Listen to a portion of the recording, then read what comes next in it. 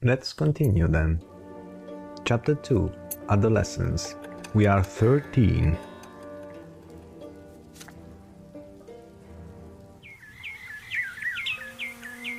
Wow, the audio. Wow, why? An adult question. The day is sunny, scorching and hot. You are sitting in the yard in the shade of a tree, studying books about the twins' great descent. All right, I should probably say, what did we do? What did we do? What did we do last time? I don't remember, but I do remember that we spent time with our. What? Yeah. Yes, Gabrielle, exactly that. We did spend time with our younger brother. Oh, la tastiera. Ma perché fa così?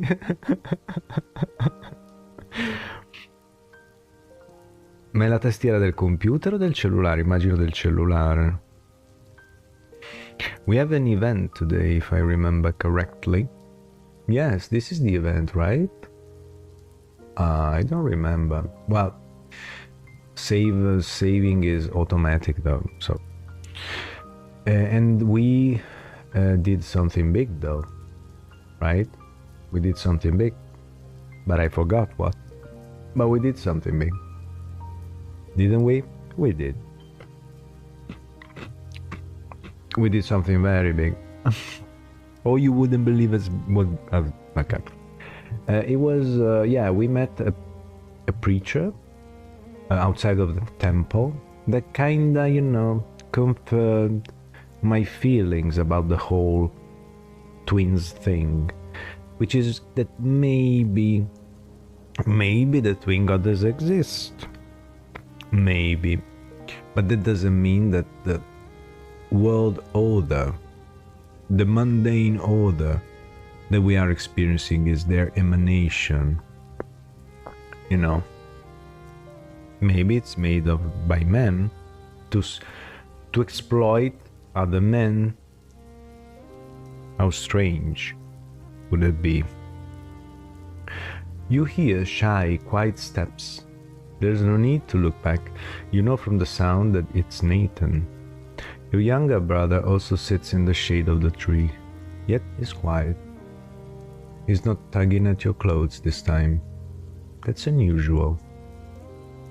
He's just sitting by your side, breathing loudly. Breathing loudly. You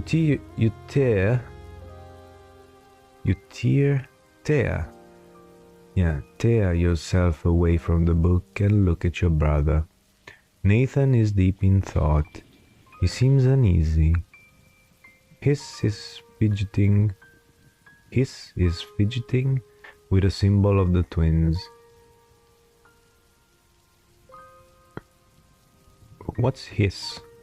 I don't know what's his is referring to. His is fidgeting with the symbol of the twins. A cross inside the circle. Okay, the lash bound around the sword. It's Nathan's pendant. He wears it all the time. But not today. Il tablet, ma solo qui posso seguire, quindi non scrivo mai. Ok. Ah, capisco, puoi seguire Twitch solo lì. Mi dici solo se lavori? Posso sapere, cioè, se sei libera adesso, ad esempio. The silence wears on. Nathan takes a deep breath, like he's about to speak, but he does not. His face grows ever grimmer. He looks unusually hurt and bitter. Lavori, ok. Ok, peccato. Quindi comunque anche volendo non mi segui più di tanto, insomma, immagino. Peccato. Ma grazie comunque, Famine, di essere qui. Mi sorprende sempre vederti.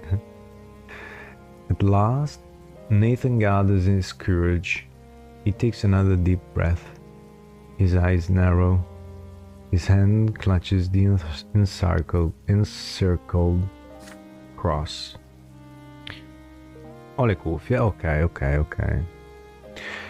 Tell me, Tasto, tell me, the twins, they hate me, don't they?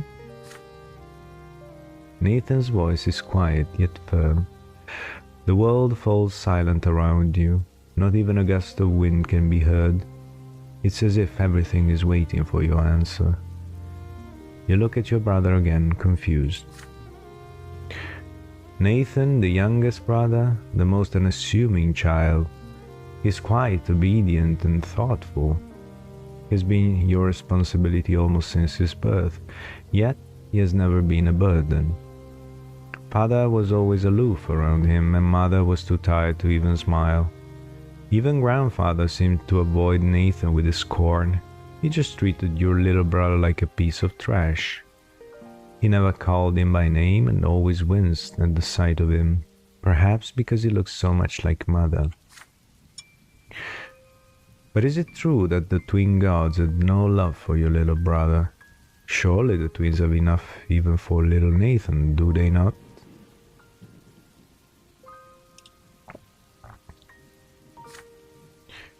Nathan was born a commoner like you. His lot is suffering. Everyone is tested by the twins before their true death. No one can expect mercy along their path. He was born the youngest child in your family. That's his trial. Should Nathan persevere and bear the burden he was dealt, he shall yet reach the peak of the pillar when his time runs out. As we said, there's this pillar of light, etc., etc. I mean, we talked about that. So in this world, basically, as they are explaining it to us, if you are born to suffer and you live suffering and accepting the suffering, then you'll go to paradise, so to speak. You'll have lived a worthy life. You'll have been good. It's all about accepting the lot, which I don't think it's really what the twins mean, but this is a typical human construction, so to speak. Religions, we know that, right? I'm not saying anything strange. Religions are yet another invention to keep people in check and to exploit people. So that's very Buddhist. Oh, I kinda like Buddhism. I don't like the Western interpretation of Buddhism and most of the Asian interpretation of Buddhism, which is basically, the stereotypical one. But Buddhism is absolutely, but thank you, Mr. Muramatsu. Absolutely, I mean, yes, I won't go deeper than that. I was like to say this yesterday, I agree. Yeah. But that, but that's the interpretation that I don't like, because it's not that Buddhism tells you are born to suffer, then suffer. Buddhism is actually, well, in its philosophy at least, well, I won't go into that. But yes, I understand where you're coming from. Sono d'accordo, hai ragione. Ok, Mr. Muramatsu. Very good. Maybe one day we can talk about that, huh? No problem. There's hope in Nathan's eyes as he looks at you. Guiding others in matters of faith is the clergy's lot. You are no priest, yes, yet you cannot stay quiet. You see his pain, you see his trepidation, and so you will tell him what you think. What you're about to say may be a turning point in his life. Buongiorno, volentieri.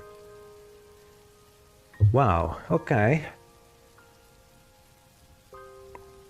Well, what's wrong though? Because he's not suffering, what's the point? Why they don't love him? Mm. Mm.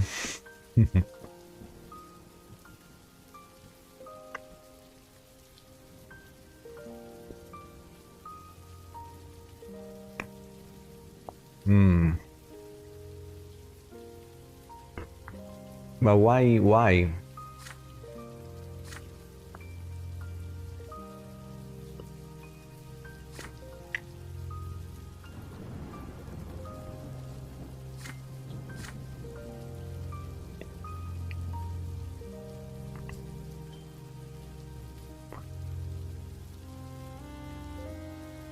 Why?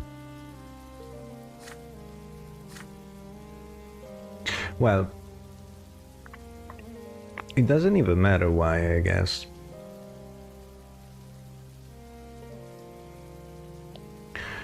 What do we believe, though? What do we believe? Are the gods real? I'm not sure about that. Is the thing of dying 3 times and then dying a true death real? I'm not sure about that. I'm not sure that the order, the lots, the thing are just a human invention. I suppose so. I think so, but I'm not sure about that.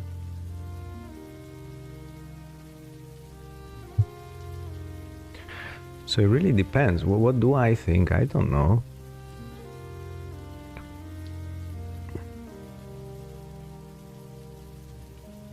But you know, these are also the gods' problems, right?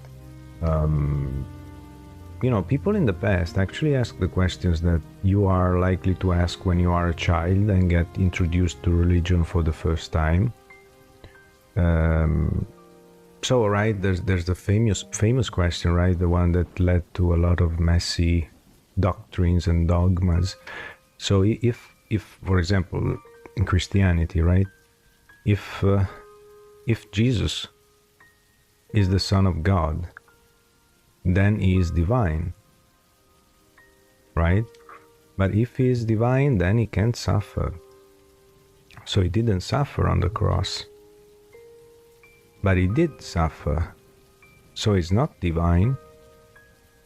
But if he's not divine, then, you know, there's a paradox here. So, in this case, right, if the twins are love for all that exists, that's, you know, there's no if. So I can kill, I can do whatever I want, the twins still love me because they love all that exists.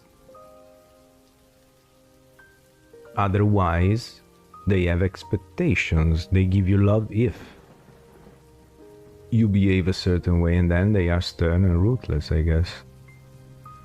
But you know, if this is the answer, then anything goes.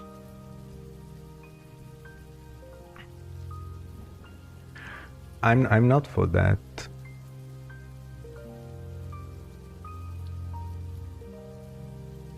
But that's what I experienced, though.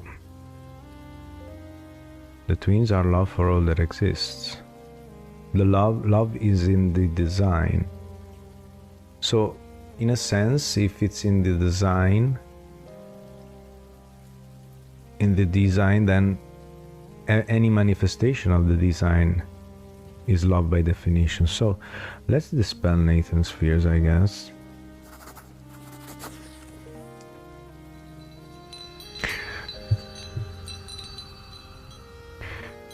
You tell your brother that the twins are more than just law and will.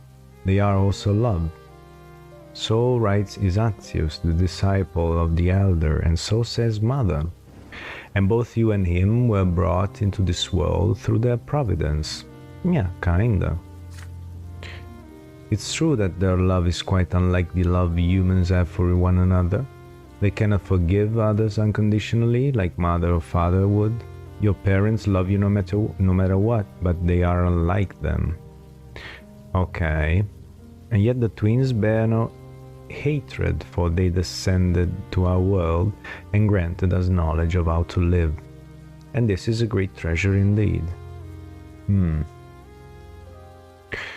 Yeah. So they cannot forgive others unconditionally, like mother or father would. Hmm. The twins put us all to the test with the hardships they send. They watch how we follow our lots, and if Nathan suffers and feels no love from them, then that means they believe in him and know he will endure this suffering. They know he will humbly accept it and let it pass through him. Let it purify him. This is the manifestation of their love. That's not what I meant, though. Nathan hangs on your every word. The despair fades from his face. He's smiling. He puts the chain with the encircled cross back around his neck again and hugs you gratefully. So basically, yes, I guess he's even more on the path of becoming a clergyman or something. So they do love me. Thank you. You've helped me hold on to my faith. Yeah. There we go, though. You hug Nathan back and hear his sniffle on your shoulder. He will remember this little talk for years to come.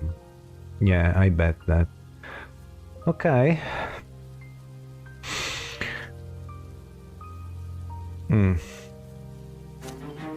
We'll see about Nathan, though. Spirituality +1, I'm soulful.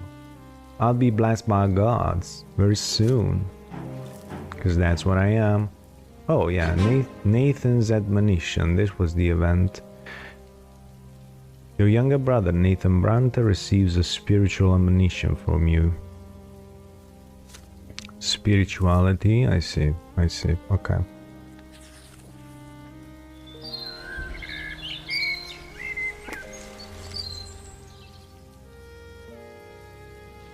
School begins, yeah. We saved freaking Sophia and died. Dang it. Another school day has ended. You are making your way home, still mulling over the things you learned from your teachers. The founding of the empire, the eternal and unshakable rule of a single dynasty. The three estates, each with its own rights. What a not sort of order the world has, and yet so mysterious. At least it sounds that way when your teachers talk about it. Yeah, right? What an odd sort of order the world has. Mother is waiting for you on the porch. She smiles gently when she sees you, and yet her expression still shows great concern. Father left on a trip to several distant migrant towns a few days ago. Since then, Mother has been trying to tell you something, but she seems uncertain. Son, this is our mother. Could you put your things away and come pray with me? But well, you join Mother in a prayer to the twins. She prays with fervent sincerity, her head bowed low, reciting the words of obedience to them and their greater design in a barely audible whisper. You repeat after her, just as she has taught you ever since you were a little boy. When the prayer ends, Mother sighs, and turns to you. Tasto, my son, you are 13 now. You'll be grown soon. It's time you learned about certain things that are important to our family. Difficult things. It's about your father and me, about our marriage. You gaze curiously into Mother's eyes. I'm sure you wondered about this before. Your father is a nobleman of the mantle, so how could he marry a commoner with another man's child? But you see, Tasto, your father, when his first wife Amalia Alborn died, it was a painful blow to him. He lost the will to live, lost all purpose. He felt like his own destiny was cut short that day as well. And then he met me, you know the troubles I had in the past. I went to the prefecture as a petitioner to ask them for help, protection, justice. When I was a young girl, I worked at a small shop that sold crockery and dishes. A nobleman took a liking to me. May his name be forever forgotten. The twins know I was humble and honored. The twins know I was humbled and honored his lot to rule, but he took me by force. I supposed so. Mother falls silent, summoning the courage to continue. Gloria is that nobleman's daughter, but he was outraged. How could I have the gall to burden him with lowborn progeny? He turned me out on the street with the little baby girl in my arms. Mother's voice is shaking now. You take her hand tenderly. I had no home, no honor, nowhere to go, no one to help me. When I went to the prefecture, I didn't really think the judges there would help me find justice against my former master. But when Sir Robert heard my plea, his eyes met mine, and I believe that at the very moment the twins themselves granted him the gift of their love. Your father told me that there was nothing he could do to make that detestable nobleman marry me, but he would never abandon me and baby Gloria, and if I agreed, he would take me into his own home. Tears are running down Mother's cheeks. And I knew it, my son. I knew how much his honor and reputation would suffer, but caring for me brought him back to life. It's like he experienced another sacrament. He rediscovered his noble purpose, his lot to rule and protect and care for others. But his decision to marry me, he's still paying for it today. Your father had the courage to defy your grandfather, the founder of his bloodline. If only you knew how much he had to endure, my son. If only you knew the despicable rumors we heard about the Brantes all over Anisot. It was only thanks to the efforts of Sir Gregor that the Brante bloodline managed to hang on to what little remained of his reputation. And now the noble families have all but forgotten about the scandal. Thank the twins. Mother falls silent. She looks at you intently. Do you understand what she's telling you? My son, I'm not telling you this just to share the pain of my past. I have no reason to complain. Even Sir Gregor has accepted me through how do you say that? Gritted teeth? But you need to understand the heavy burden our family must bear, including our scandalous marriage and Gloria's foul origin. Gritted teeth? Okay. Thank you.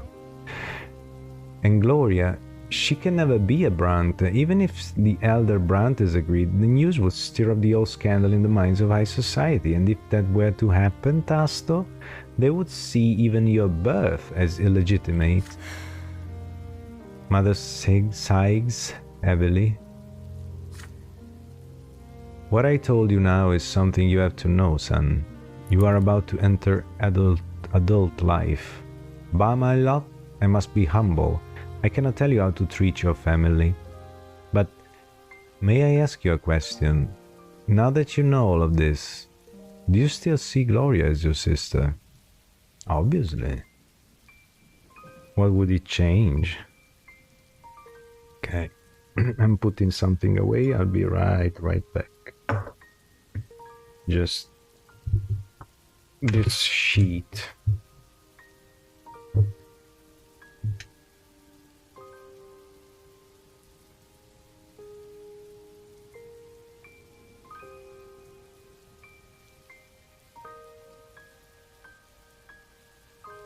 Well, I mean, for sure it's a bit late to not be brother and sister anymore.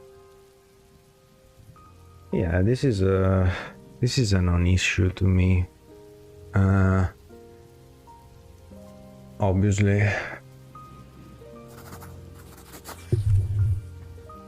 family, I mean.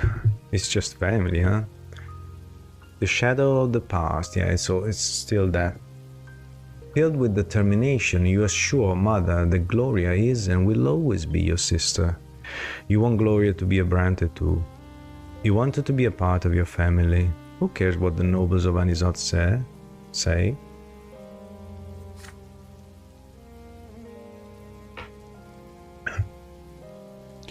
Mother beams with quiet joy when she hears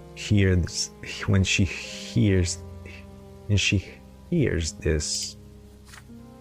Oh, Tasto, if only you knew how happy that would make me to have our family united at last. I have to start dinner. See you tomorrow. See you tomorrow, Slith. Thank you for being here. And you know, yeah, I hope you enjoyed the time in here, and happy that you went back to streaming, huh? Slith is back, guys. Who cares about Gloria, right, Enigma? See you next time, yeah, Slith. Thank you for being here today too. Even today. However, the joy on her face quickly gives way to concern.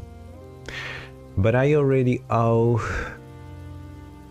good Sir Robert a debt I can never repay.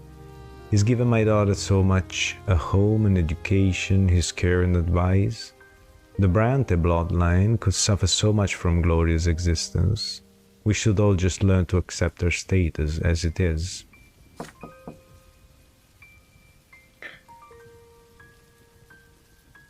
Wow, a lot of garbage in chat.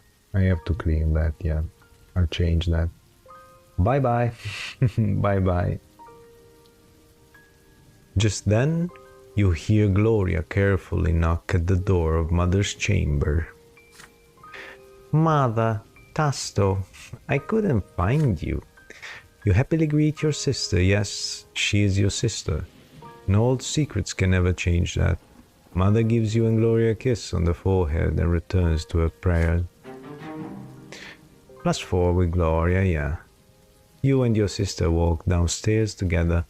Mother is alone by her bedside now, thanking the twins with a quiet prayer for the Brante family. For the Brante family they have given her. You hope they can hear her. +4 affection, it's fine. Grateful? Nah. Lydia, +3 sympathy, see? Yeah.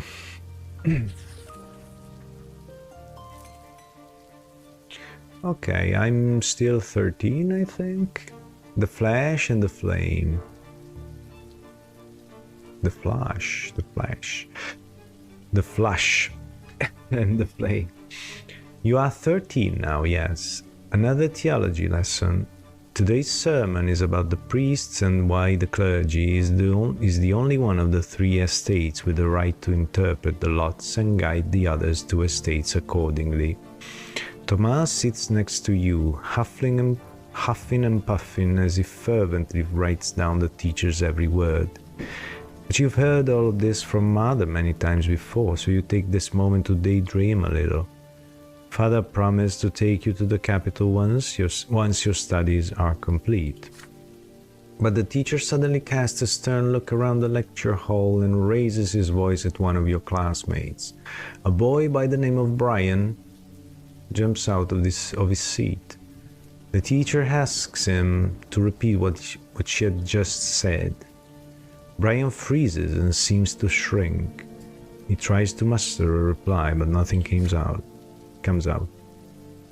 The class becomes agitated. Someone is about to get punished. The teacher now looms over Brian. The boy's cheeks are flushed and his eyes are covered in tears. You all watch the teacher's iron-bound look as he raises it sharply, about to strike. Book. You all watch the teacher's iron-bound book as he raises it sharply, about to strike. Brian shrieks and raises a hand in front of him. A sudden flash. The teacher screams and buries his face in his arms. His hair is ablaze and his skin is covered in horrible burns. It's magic. Oh, there it is. Real magic. Just like in the books about the Magro Rebellion. The class freezes in shock. There's a dull thud as the iron-bound book falls. Oh, thud. As the iron-bound book falls onto the floor. Brian's hysterical laughter rends the silence. He stands up from his bench, fire in his eyes and sparks on his fingertips. There are screams now. Students run for the door. The teacher tries to extinguish his burning hair.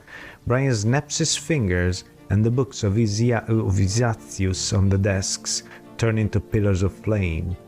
He laughs and raises his arms, and the curtains catch fire. Hey, Dizzy! Welcome. Nice. Happy to have you here. Oh, Dizzy. Nice. Thank you for being here. This is a very good game, but it's very narrative, very reading, story intensive, so yeah. It's not for everybody. Just the good ones. Just for the smart ones. Just for the sexy brains. The screams grow louder as the fire howls. Brian's face is tense and violent. His mouth is spewing flames, and his whole body is shaking with laughter. He steps toward the doors. You and Tomas glance at each other. He's going to burn the whole school down. Your friend's determination makes you brave. You run behind Brian and knock him off his feet. You both tumble to the floor. Even through his clothes, his body sears your flesh. Brian screams, convulses, and grabs Tomas by the shoulders with his burning hands. Tomas howls but stays up, then knocks Brian senseless, with several fierce blows to the head. There are servants fussing around the room now. They put out the fire and take away the teacher, his body covered in horrible burns. You and Tomas remain next to Brian, who is lying on the floor, silent. Soon 3 men in black cloaks enter the doors of the school, each bearing an edict sealed with silver. The Inquisition. You and Tomas are told to step away from the witch. They lock Brian's neck in a silver collar and take him away. One of the Inquisitors remained behind to tell the students what happened. There was magic, he explains, the ungodly power that twists the mind of men into savage instruments of murder. Only the sacred shackles of silver can hold it at bay. Only the power of the twins can save us all from its evil grasp. The next day you are forbidden from ever mentioning Brian's name again. He is no more. Tomas Guerro, +1, sympathy. Okay. Wow, right?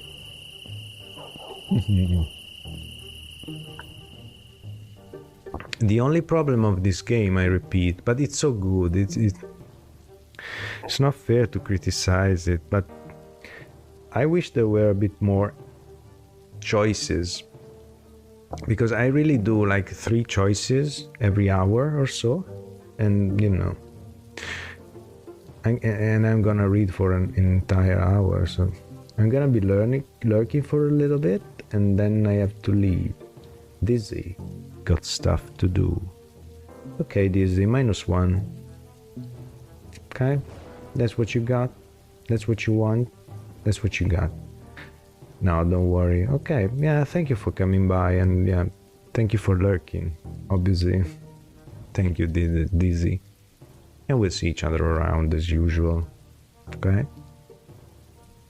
A great day looms ahead. 100 years ago, Other Tempest was anointed to rule over the Empire. Blessed by the twins themselves, the Emperor's reign continues into its 2nd century. Celebration in honor of the Tempest dynasty are held throughout the city, and the school is closed for 2 weeks because of that. On one of these evenings, Father tells everyone that Grandfather is going to bring Stefan back home for the holiday. They say families should celebrate the Day of Anointment together. You could benefit from your elder brother's company. With his noble education, Stefan might be able to teach you how noblemen are supposed to act. I doubt that. The headache is killing you? I'm sorry, Enigma. Well, try to rest a bit, huh? I hope they gave you something to take. Soon Stefan arrives. He now handles himself differently. When it comes to ordering servants around and ignoring Gloria, he is still grandfather's double, but he's more grown up now and far less haughty to you. Yes, they did. Okay, fine.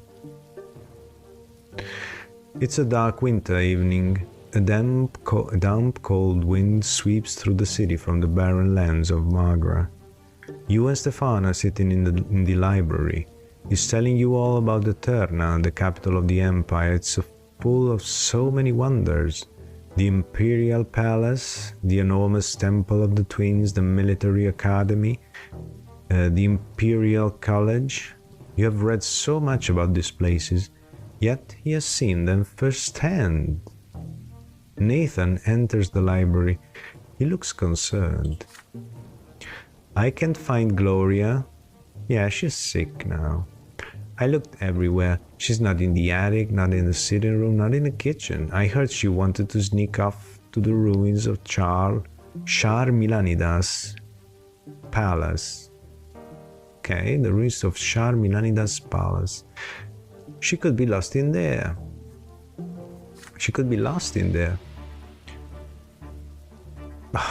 Gloria, come on, stay in bed for once. You and Stefan exchange looks. Shar Milanidas, the rebellious duke, the ruins of his palace are a dangerous place. Some children claim his tainted magic still lingers there, which means you absolutely have to make your way there and back again to prove you're not afraid of the long-dead witch. Your brother tells you to wait. He leaves and soon returns with his sword in its sheath. Sheath? Get ready, Tasto. We're going to rescue Gloria. She must have gone to the ruins in search of inspiration for another one of her little rhymes. Yeah. The two of you instruct Nathan to tell your parents you've gone for a walk in the square. You and your elder brother head outside. You are confused by Stefan's actions. He refuses to treat Gloria like a human being, so why is he still so determined to rescue her? Stefan notices your expression. Yeah, kinda, I guess, Muramatsu. Are you wondering why I care about Gloria all of a sudden? I can't act in any other way, can I? The law of honor compels me to protect my family. Gloria will never be a Brante, but father still took her into our house. I must respect his seniority and defend Gloria like she's one of our own. You are a Brante too, noble or not, which means it's your duty to aid me. See, it's all about the system. The ruins of Shar Milanida's palace span an entire district. The palace was abandoned centuries ago, and its remnants are overgrown with thick underbrush. The ruined palace is empty, nothing but cold wind blowing over crumbling brickwork. Even the worst scum of the land steer clear of this place. You make your way through the ruins until you spot scattered sheets of paper covered in writing. Your sister writing. You hear loud laughter coming from behind a dilapidated stone wall nearby. You pull yourself up to peer over it. Gloria is lying on the ground, face down, twitching and sobbing. A gaggle of drunk young thugs surround her, cackling and swinging their arms about. You hear their shouts. Look at the lass, sitting here rhyming words together. She thinks she's all noble. Don't you worry, you low-born tart. We're gonna teach you a place. One of the louts spits at Gloria as she lies there. There you go, Gloria. It's your moment again. Get away from her this instant, you bastards, or I'll spill your guts. I'm gonna clean your clock. They respond with mocking laughter. Stefan draws his sword. The street thugs recoil in fear, but they soon notice that he's only one-armed man against many. They start reaching out for sticks and stones. Stay by my side.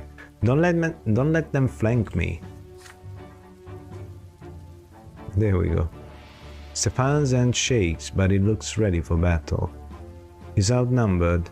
For a moment you hesitate. Perhaps it may be better to run for the nearby district and call for guards. The young thugs are already armed with makeshift weapons. They start approaching you and Stefan cautiously. How many are they?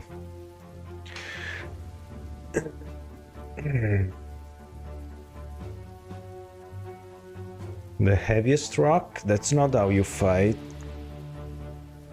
Heavy things? Nope. You want quick things. You leave the fighting to Stefan and run for help. I mean, it depends how much... How much, you know... Oh, Mr. Muramatsu. How much do we trust the guards, first of all?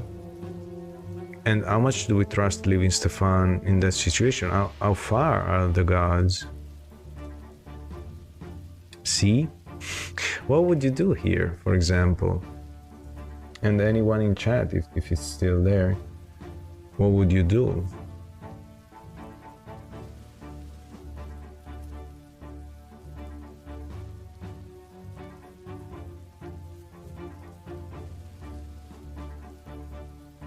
I don't know. Yeah, Enigma, we are doing this for you, though. Leave us think, please. Considering the recent event, wouldn't we want to stay on the good side of the gods?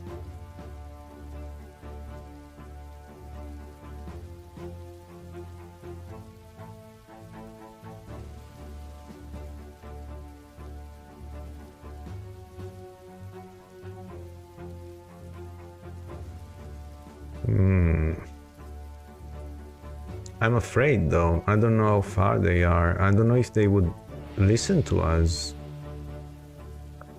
She's not a nobleman, a noble woman. You would call the gods, huh? My little brother, Nathan Muramatsu. My Nathan Muramatsu. You know what? I need a suggestion. Because I'm very, yes, I don't know, it's 50-50 for me. I don't know how many they are. Let's call the gods then. It's your fault, Muramatsu. Now you're into this. Now you're into this, Enigmine. Mr. Muramatsu decided to go for the gods. You take full responsibility? I don't participate in this choice. No, you're lying there. I don't know. You're always in trouble, man. Come on, Enigma. Stay in bed. You're not feeling good. Stay in bed, please. You wanted to go there to write your freaking poems, you know, because the scenery was good, and there we go. But I'll listen to Muramatsu. It's done. I did it. Muramatsu. The louds try to flank Stefan and surround him. Your brother's sword thrusts and feints methodically like in a training bout. The thugs keep dodging and jumping away. They manage to stay safe so far. If things continue like this, soon one of them will flank Stefan, kick the sword out of his hand and bring him down. The ruffians, ruffiani, we have this word in Italian as well, ruffiani, are paying no attention to you, however. Okay. Muramatsu. Stefan slashes with his sword. One of the young men falls. The others rush at your brother. You get Gloria back on her feet as she stares at you in astonishment. It's time to find the guards. You find guards dressed in the Archduke's colors patrolling the nearby district. You tell them that the gang of lowborn thugs have assaulted the young nobleman. Ay, that's not true though. But when you make your way back, the Loud's bodies are already fading away. Stefan is on his feet, his sword sinking in the last foe left standing. He smiles at you faintly, then his eyes roll back into his head, and he collapses. The guards help you bring Stefan back home. Godfather sends for the doctor the moment he sees that his favorite grandson is unconscious.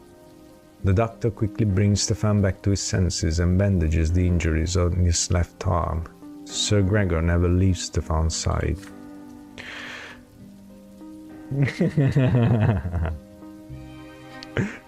Ooh, maybe you made it, Muramatsu, maybe you made it.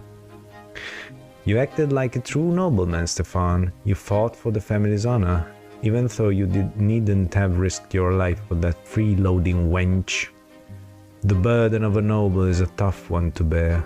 We must obey our lot so that the lowly estate may toil for theirs. But when the lowborn scum grow insolent, we must be there to put them in their place. Now I fully believe that, thanks to you, the Brante name will be written in the Blue Book, my boy. Your deeds will forever be remembered in our family's blood tide, and all of us will be there. You, your father, all of us. Words cannot express how proud I am of you. See what you created, Muramatsu? You created a monster. Now he's even more the winner, he's even more unleashed. Now he's the hero. Bad blood.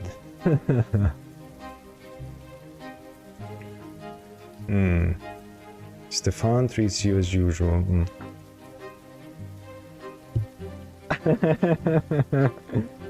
Look at what you did, Muramatsu. You leave your brother's side without a word. Grandfather will never recognize you as Stefan's equal and father's true heir. He'll never treat you as part of the family. He thinks you will not add a single worthy deed to the family's blood tide. You, Nathan, mother, he acts like all of you are unworthy to even bear the Brante name. Had you acted differently that night, Muramatsu? Had you acted differently that night? Had you acted differently that night? Had you acted differently that night, Muramatsu? Had you acted differently that night? Would grandfather be proud of you? Who knows? Ingenuity +1, I'm bright. Okay, I'm 3. I'm almost enterprising. Another chapter goes. What time is it? Oh, we still have a lot of time. Trial of the assailants. Oh, before long the entire city hears our gang of lowborn thugs assaulted Stefan Brante. Grandfather ensures that the brash young men are found. Some of them are taken into custody as soon as lesser death releases them. Oh, grandfather seeks vengeance on those who hurt his favorite grandson. Prefect Elborn, a friend of your family, promises to personally oversee the trial and ensure that justice is served. Stefan and grandfather decide to stay in Anisot until the trial ends. Grandfather demands true death for every single assailant. You ask father to explain something. How can a legal court sentence criminals to true death? How can worldly judgment overrule the twins' law? Yeah. Your words are true, my son.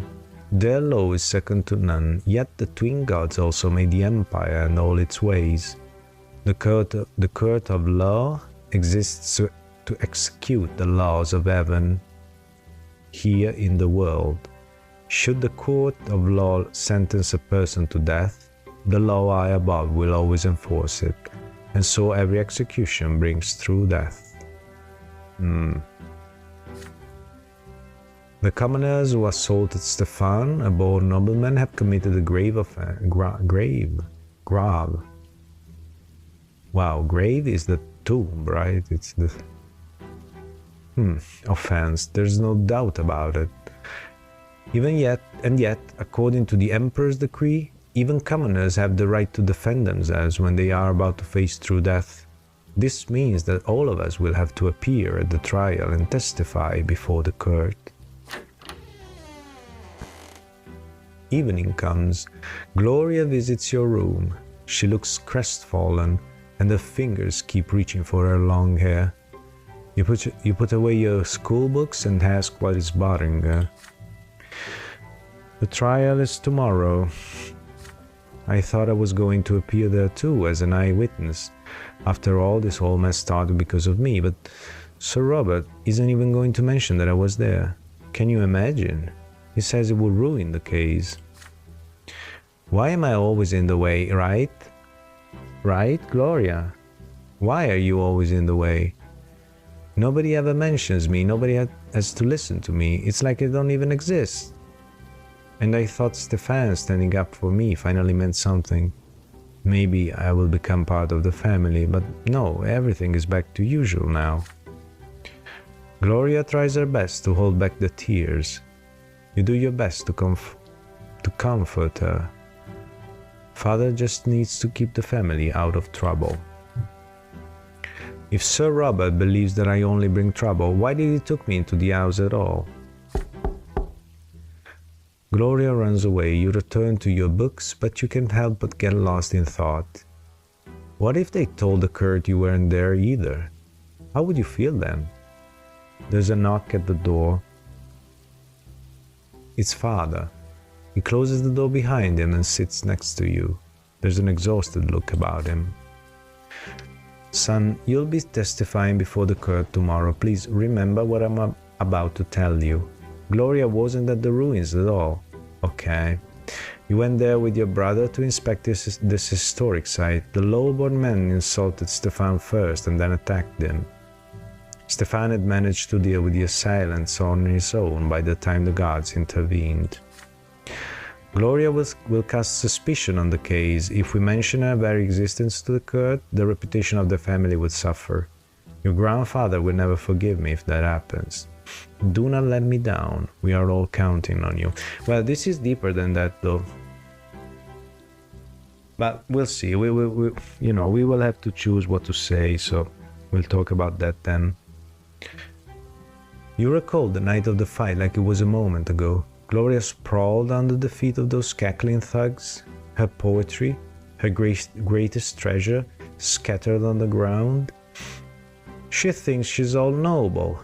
Those were the words they spat down at her.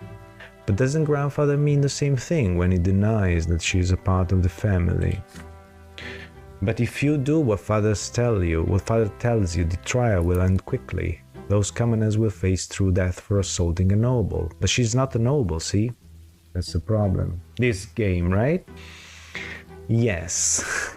If you mention Gloria, things will get complicated and you cannot predict how the trial will end. Which is more important to you? What is right or what is just? See, that's the choice. Fuck. Because Gloria is not a noble. So they said another story. They told another story. And if the low-born thugs were assaulting Stefan, which is a nobleman, they have to pay. But if they assaulted Gloria, and if it was she, we could not have justice then. But obviously they have to pay. But they would pay for the wrong thing. Listen, Muramatsu, you put me into this. Support father. You will do as father told you and avoid mentioning Gloria to the court. Lie to father. You agree with father now, but you will tell the truth later. You did.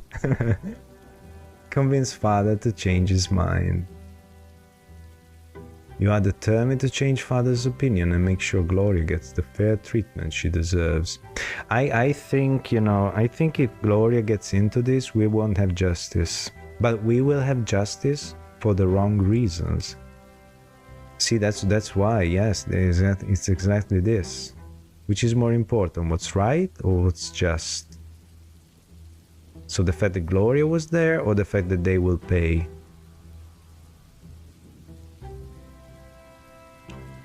Gloria, Enigmind, what would you prefer? If we don't mention you, they'll be condemned, I guess. And obviously I won't be there as well. But what if, you know, somebody who saw that comes out, you know, plot twist, and reveals the machinery? I think you should not mention Gloria. Look at her. She's ready to sacrifice herself for you, Muramatsu.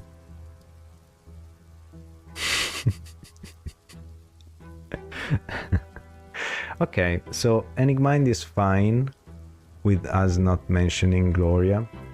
What would you do, Muramatsu, then?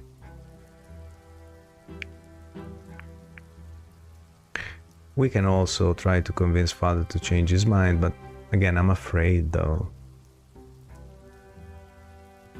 I don't know anymore.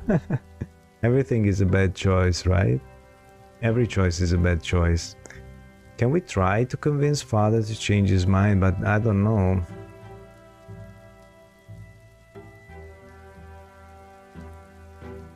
He will never change his mind.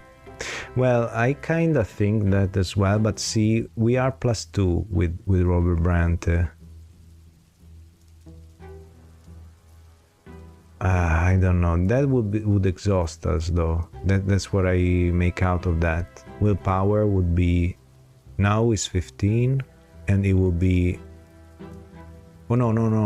No. Those are the conditions for which we can do this. Okay, sorry, yes. I don't know.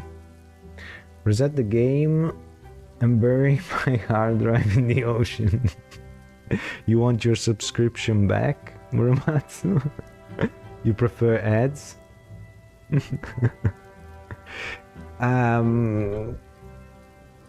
Let's talk with our father. You look father straight in the eye and tell him what you think. You are not going to bear false witness in court. He's a judge himself. How can he make you lie to Sir Born? And what of Gloria? Is she not a Brante too? Does she not deserve justice? Or maybe grandfather is right and she's just a freeloader who deserves nothing but shame. If so, then how come father agreed to take her into his home and under his protection? I guess this is fair. Okay. I stand for this. I can log on for another computer. Yes, Muramatsu. Saying this to father is tough.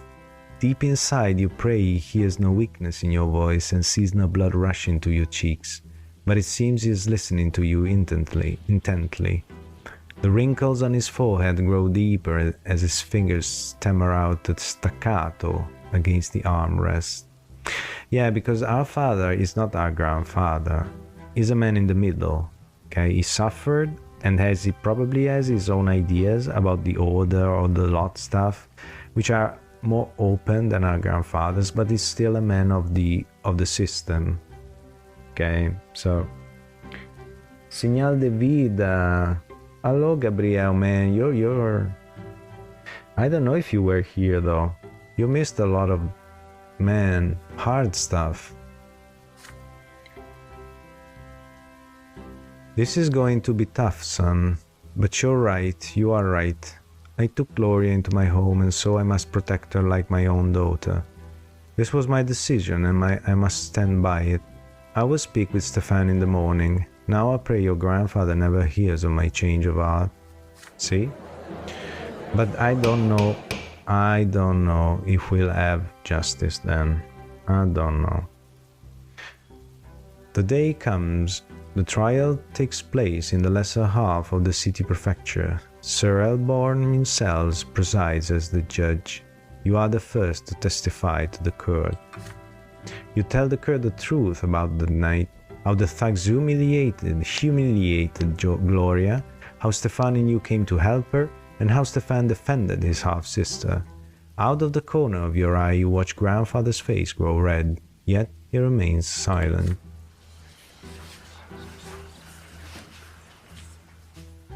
There are confused whispers in the hall.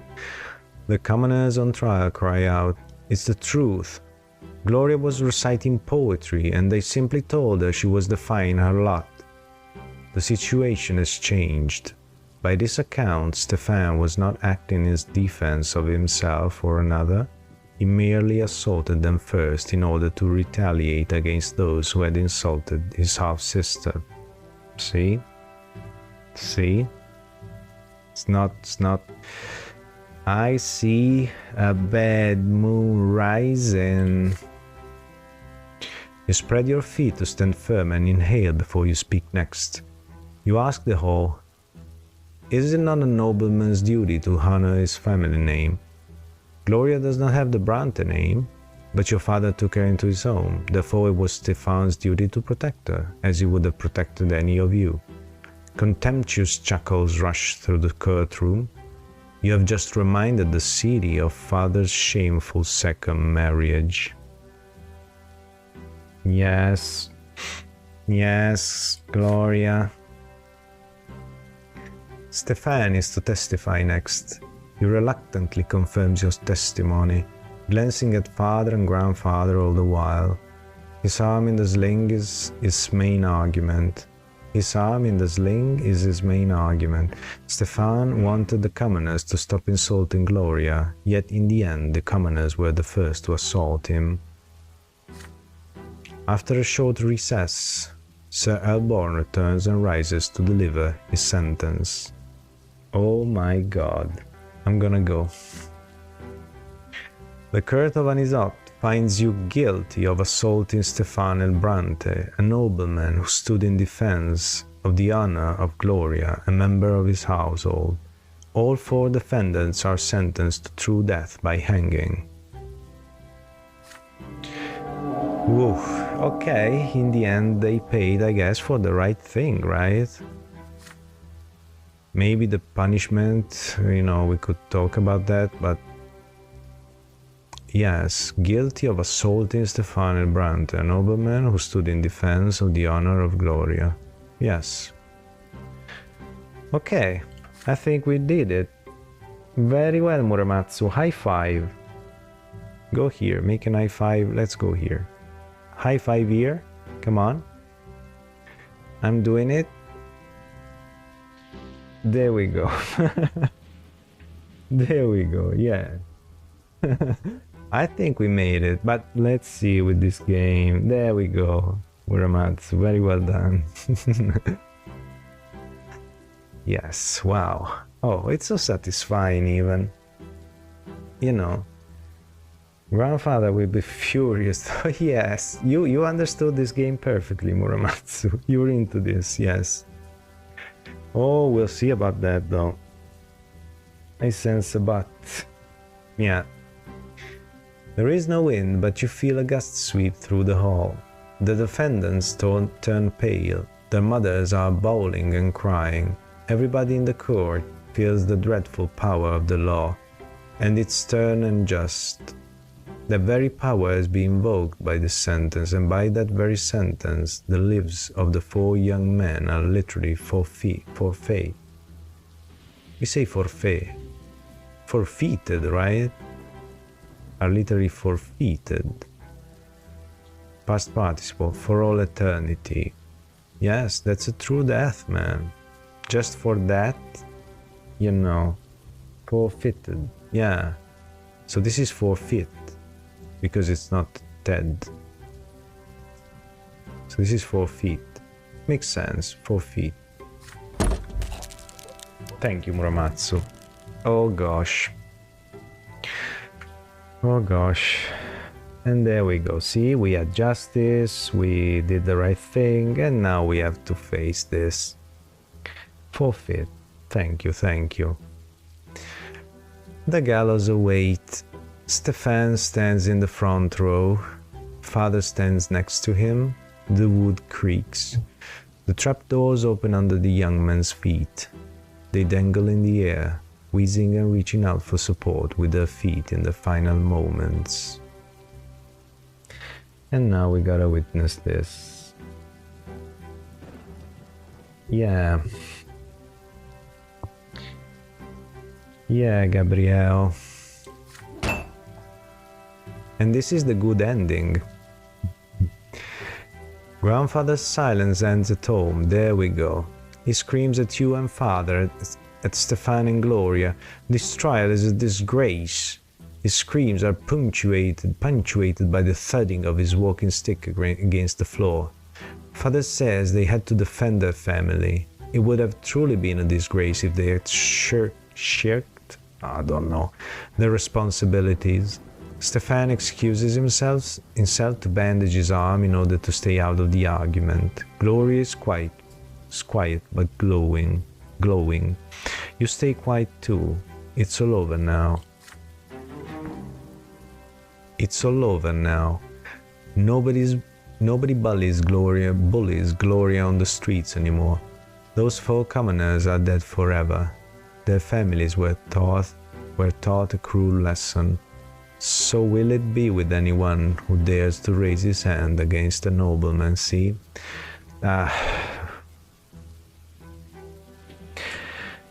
Yeah. See, and you know. We did the right thing.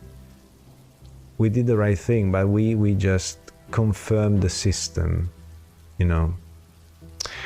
It's all wrong. -2 from grandfather. Distaste. Reputation -1. Tarnished honor. The honor of your family and your position in high society.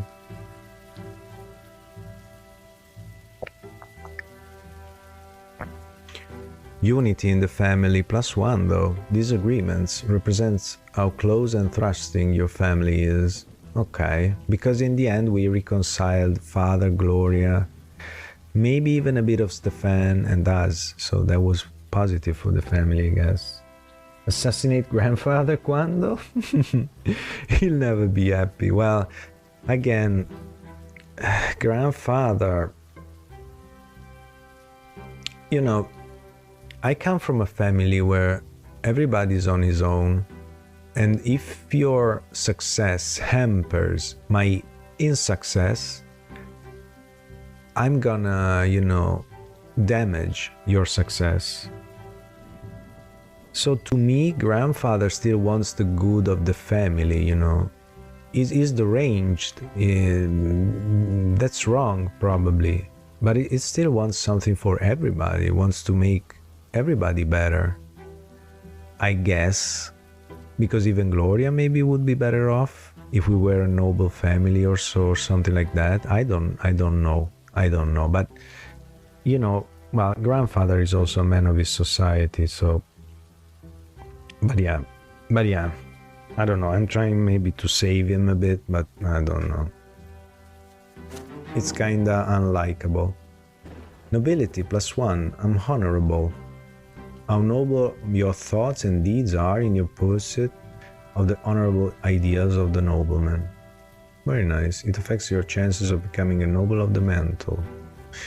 Spirituality +1. I'm soulful still, yes. Willpower -5. I'm full of power. Yeah, this exhausted me, I guess. As usual, family exhausts me. Another year passed. 14 we are. Yeah, let's continue a little bit. I'll see though, it's almost time to go, so maybe this is the last story, I guess. Agony. Wow, there we go. Stefan leaves soon after the trial, alone. Grandfather does not go with him for the first time in a long while. He lingers in the house for more than a fortnight. Father says Sir Gregor is ill and needs rest. Oops. Several months go by and it becomes clear that grandfather will not recover. There you go, Muramatsu. Are you happy? The eldest Brante is mostly bedridden now. Bedridden now. On some days he has trouble recognizing people. When he means to address you or Nathan, he calls you Robert, your father's name. But when he does get out of bed, the house grows empty. Ah, Mother Nature, the best assassin. Let's end on a high note, right? The servants hide. Mother locks herself in the chambers. You and Nathan run outside or hide quietly in your rooms. If grandfather sees anyone in the hallway, he begins lamenting. Oh, nobody heeds the lots any longer. Any harlot with a child can marry a nobleman these days. Children have no respect. His son betrayed him and let him down. And oh, how the Brante family has lost its honor. Again and again you hear grandfather knocking at mother's door, screaming that it's all her fault.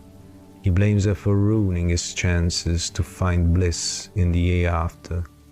He blames her for dooming him to suffer at the foot of the pillar. You overhear your parents talking one night. Mother begs father to move Sir Gregor to his old home and spare the children his decline. Father refuses her outright.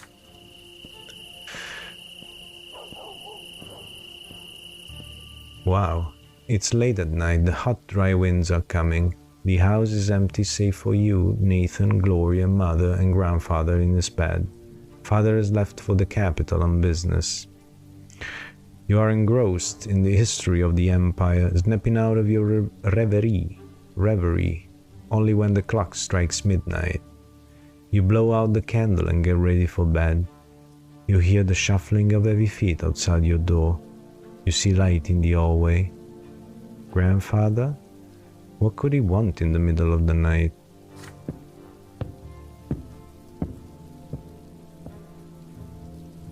You peek into the hallway once he's passed. Grandfather's figure sways at the heads for the door to mother's chambers. He opens the door and walks in. You hear him saying something quietly. Your unease is stronger than your fear now. You sneak closer to hear his words. You foul commoner, I have to cleanse my sins. I have to save my soul. You are my greatest sin. You and what you have done to Robert and his family. I should have put a stop to this marriage. I should have stopped Robert from tainting this house by your presence. Why didn't I do it? Please, Sir Brante, I beg of you, says Lydia. Silence! You will do my bidding. Fire will cleanse all lobe and filth from this place. Fire and flame will free Robert from this disgrace. This is for my son's sake, for my sake. I need to eradicate this lobe and filth. The twins, they are calling for me now. I can feel it. I beg of you, please, have mercy.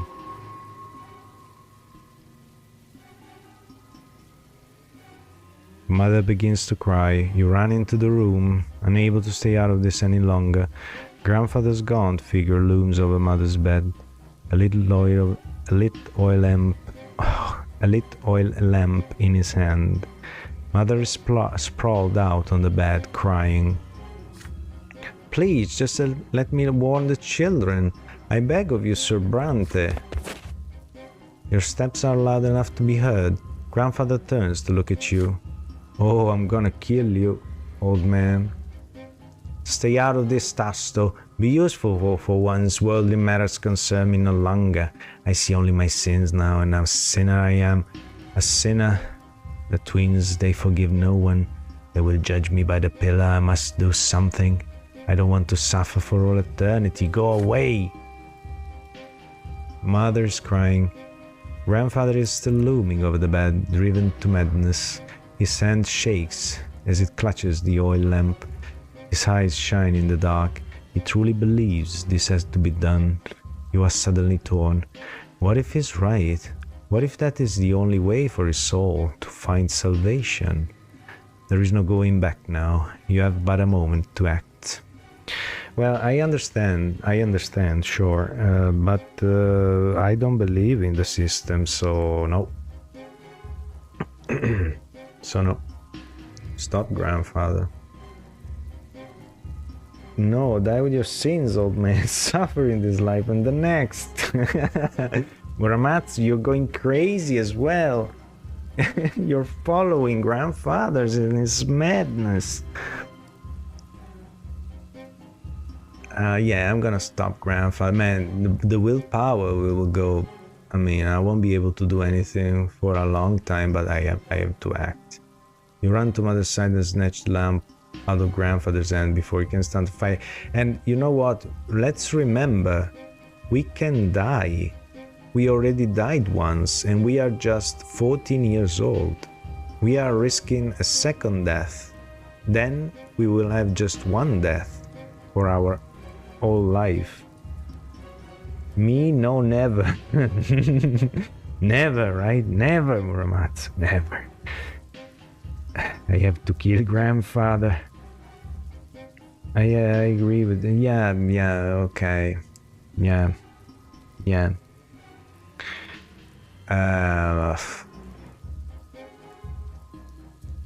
Yes, I'm gonna stop him. Obviously.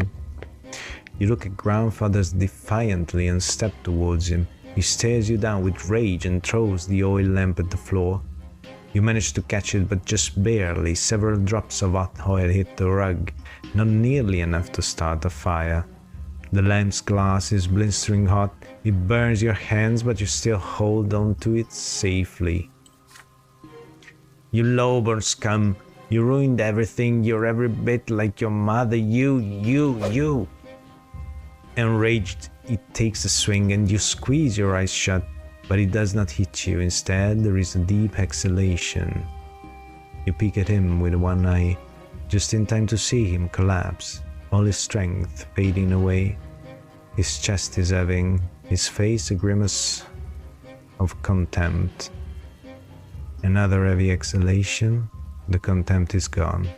There's only fear now. Grandfather's eyes was open wide, almost in surprise. He exhales. His eyes grow dim.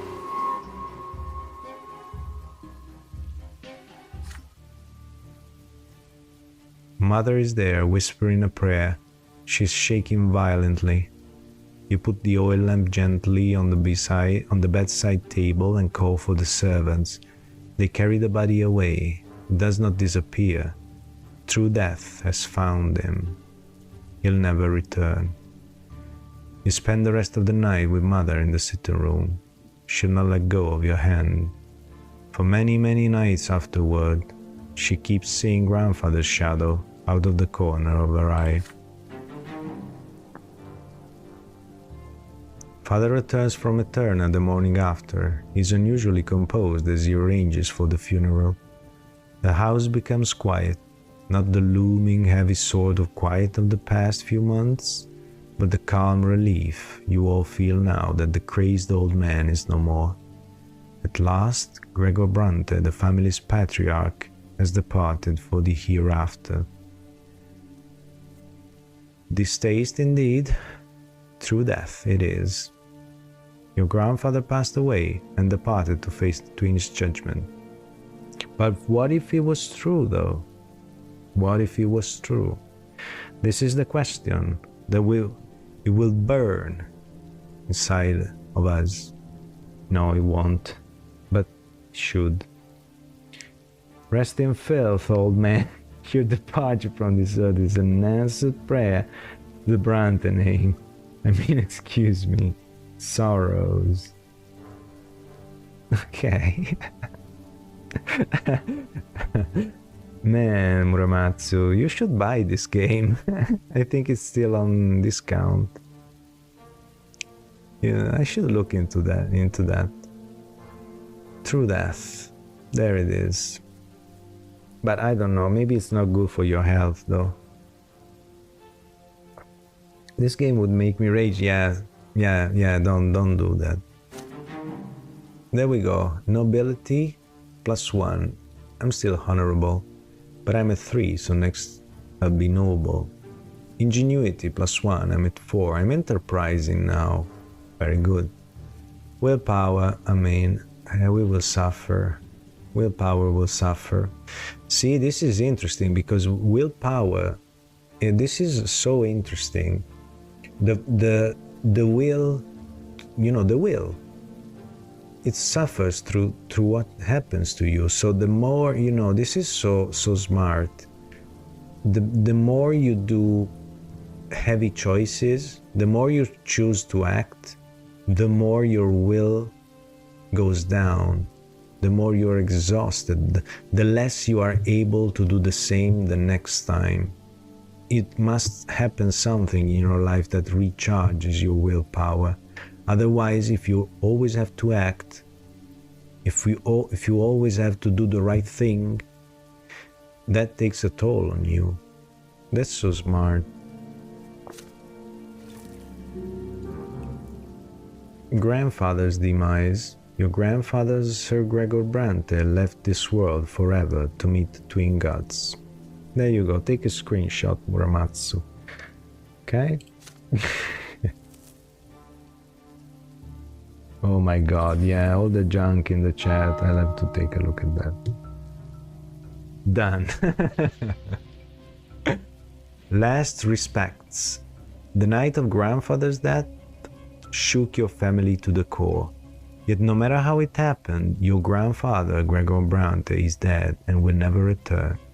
Let's conclude this grandfather chapter and then, you know, let's get him past us, okay?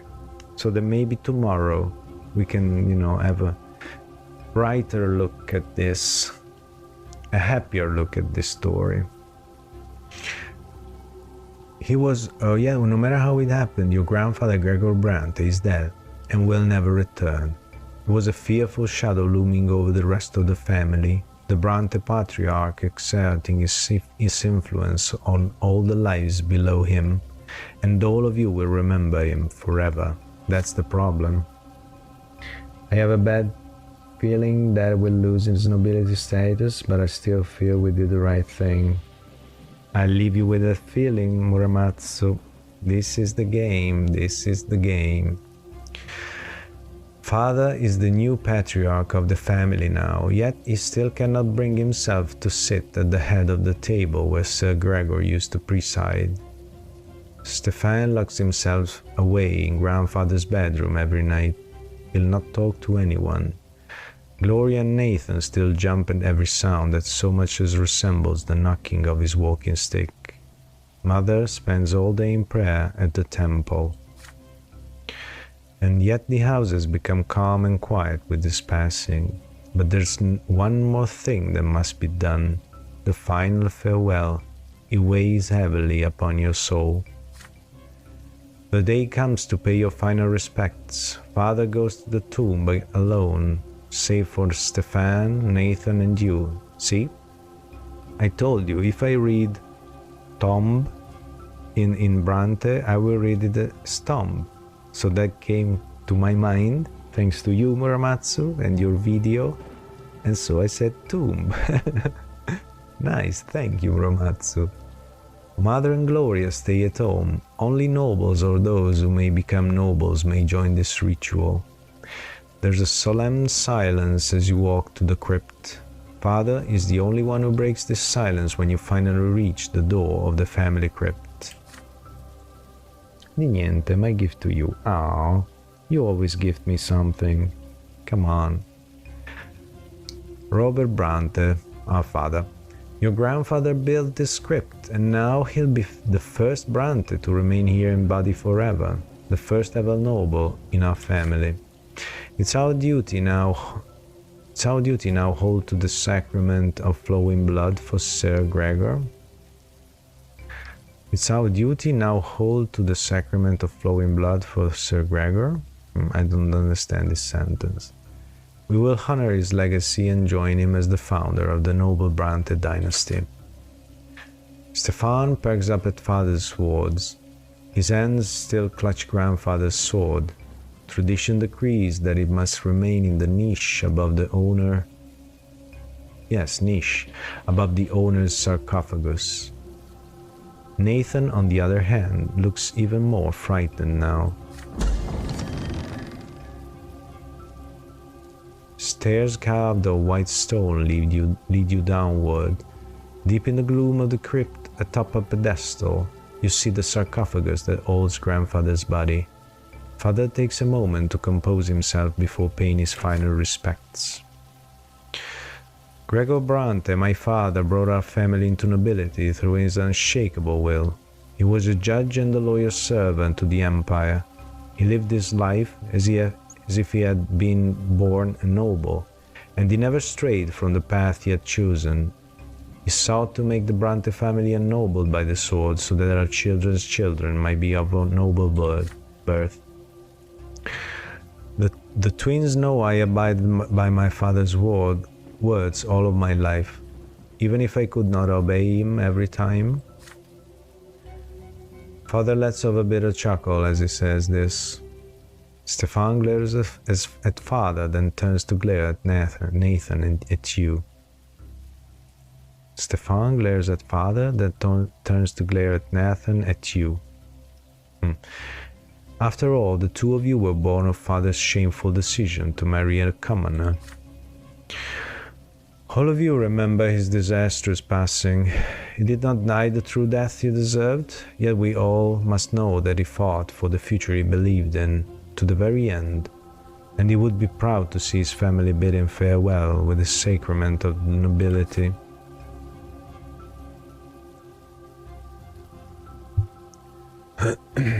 Stefan still glares at father sullenly. His fingers remain clutched around grandfather's sword. Nathan barely pays attention to the words. He looks around with unease, his arms folded across his chest. Father reaches into his jacket and pulls out a slender dagger, thin and sharp. He takes off his gloves. Watch me carefully, my sons. Make a small cut on the palm of your hand and let your blood flow into this duct on the wall of the crypt. It will join your grandfather's blood here and flow forever.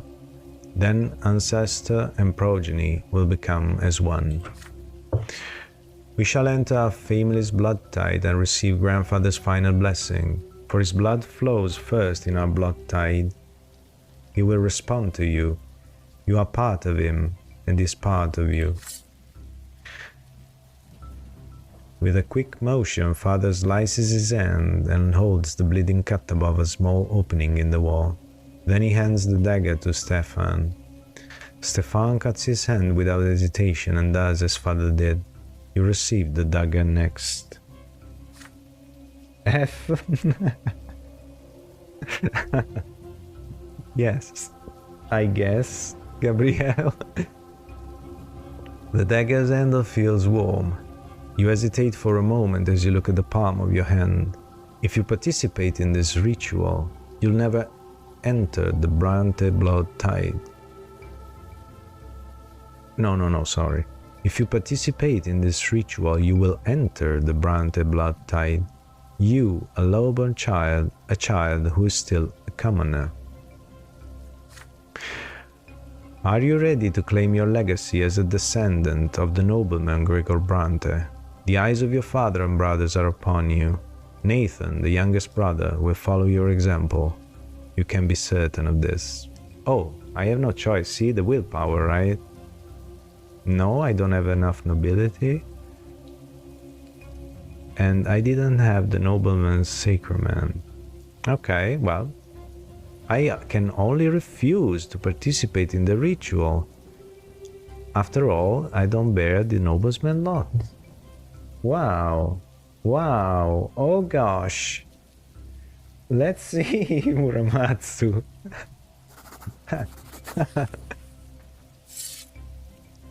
You return the dagger to father and say you cannot participate in the ritual. You are a commoner, and your back bears the mark of the lash. Grandfather would never have let you honor his name as a nobleman. Nathan nods in agreement. You do not deserve this honor. Father furrows his brow and shakes his head. Makos, we're not noblemen. Stefan, help me close the lid of the sarcophagus, and remember to ask for grandfather for his blessing. And as for you too, it seems you weren't ready to walk the nobleman's path after all. You're right, son. Your grandfather would never have allowed it. Well, it's good, right? Why are you angry? Why are you angry? We're not mixing our blood with this blood. Are we happy? The lid of the sarcophagus falls into place with a heavy resonant thud. Then suddenly you all freeze as each of you hears your late grandfather speak to you. His voice is loud as it rings in the depths of the crypt, and yet he speaks to each of you separately. What? He's rough indeed. Foul blood weakling, I knew you never had it in you to rise above your meager birth, Tasto. You have not a drop of nobility in you. Your pathetic little brother, Muramatsu, is the same. You are a taint upon my flesh and blood, begun from my crypt. Your legs carry out of the crypt of their own accord. Out of the stuffy crypt, you can finally breathe again. You hear slow footsteps behind you. You turn around and meet Nathan's gaze. You did the right thing. If it weren't for you, I'd have done what Father told us. Grandfather said I should stay away from his legacy. Said it'd do me no good if I tried to follow in his footsteps. How's that for words of guidance, huh? Nathan sighs as he embraces you. Father and Stefan leave the crypt much later and walk to the carriage without a word. You and Nathan humbly follow behind them. Okay, +1. Oh, because it took a hit, -1. Now it's indifferent. Okay. I think he's the next grandfather, though. Oh, +4 affection, yeah. +1 with Nathan. Willpower +5. Yeah, it didn't go bad, I guess, compared to the usual stuff that happens in here. The poets. Oh, we're gonna leave again with an event. Oh, Muramatsu. Oh, Muramatsu. You'll run to the VOD tomorrow. This event is a consequence of your previous actions. Conditions met, ingenuity. Okay. Let's see just this. Just this. I will. Oh, my smartphone is about to shut.